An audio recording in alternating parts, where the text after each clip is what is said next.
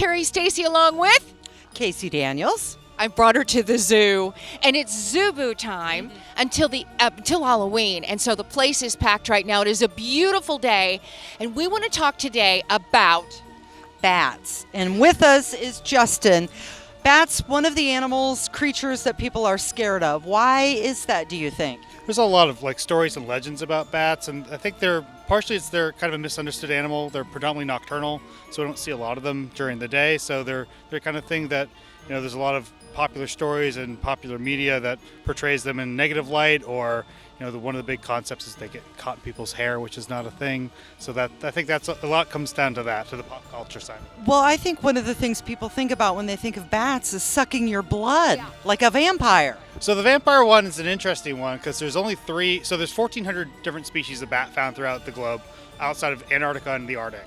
And there's only 3 species that are true vampire bats. So 3 species out of 1,400 that actually drink blood. They're only found in South America, and they are feeding mostly on cattle, on horses, and on deer. And so what they're doing is they're making a small incision in their skin, and then they're licking the blood. And bites on humans are really, really rare. And it's not something that's really that big of a concern.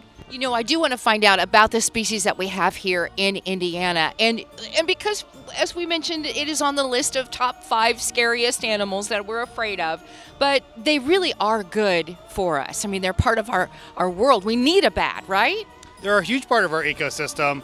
So all of the Indiana species here are insectivores. So this meaning they're eating insects. It's their primary source of food. So things that we don't like mosquitoes, things that are agricultural pests that are impacting our agricultural businesses. Over $13 billion worth of services are in our agricultural industry in the United States are from bats. So it's a huge part of what we're doing here. And they're the kind of things that, they're hunting insects at night. Some species eat as many as 3,000 individual insects at a night. So that's a huge, huge impact on our local, ecology. Okay, so you're saying that even though people are afraid of bats, they really shouldn't be? No, not really. They're small animals. Most of them are quite small. You do find larger ones in the tropics, but the species we have around here are generally quite little. They're found mostly in the winter. They're in what we call hibernaculums, so places where they sleep mostly in caves because they stay at constant temperature and they're nice and warm. During the summer seasons, we find them sleeping in eaves and trees and in rock piles and stuff like that, but they really don't want anything to do with us. They're out there living their lives and they're performing a service.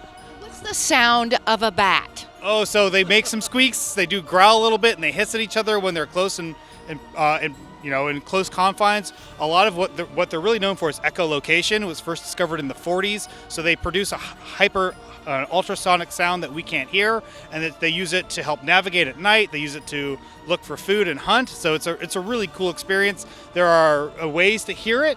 Generally, you need a microphone to be able to kind of buffer it out and put it into a range we can hear.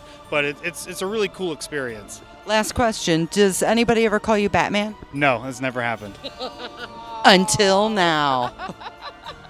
Okay, next we're going to check out maybe some cockroaches. Maybe we'll check out some snakes and spiders too, because they're all on the list of scariest Halloween animals. Okay, thank you, Justin.